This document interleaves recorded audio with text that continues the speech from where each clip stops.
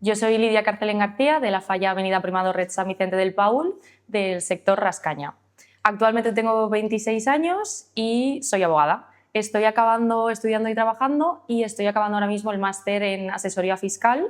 Me queda nada, justo presentar el trabajo final de máster para poder convertirme en una gran asesora fiscal. Tengo la suerte de trabajar en un pequeñito despacho del centro de Valencia y ahí estoy en contacto con los clientes, con empresas y gestionando un poco a poco la contabilidad y todo el tema financiero. Yo creo que soy una chica muy simpática, muy alegre y también creo que soy muy cercana, que al final tengo mucha relación con la gente y creo que transmito mucho. Pues me gusta mucho leer, me gusta mucho hacer deporte, he tenido poquito tiempo con el máster y el trabajo, pero ahora mismo en mi tiempo libre ir a la playa, sobre todo leer, salir a dar un paseo con mis amigos. Pues yo creo que también, sobre todo, fue la época en la que estuve trabajando y estudiando, fue bastante compleja, ¿no? Porque al final el horario y compaginarlo todo, pero bueno, al final con mi familia, mis amigos, lo hemos sacado adelante, vamos, y lo hemos hecho todo súper bien.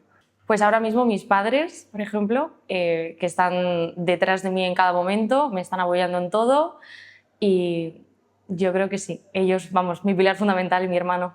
Creo que es un sueño, ¿no? Que tenemos todas las valencianas, todas las falleras, tenemos el pilar fundamental de la fiesta como es una mujer empoderada y vamos, es que es un sueño y sería un privilegio.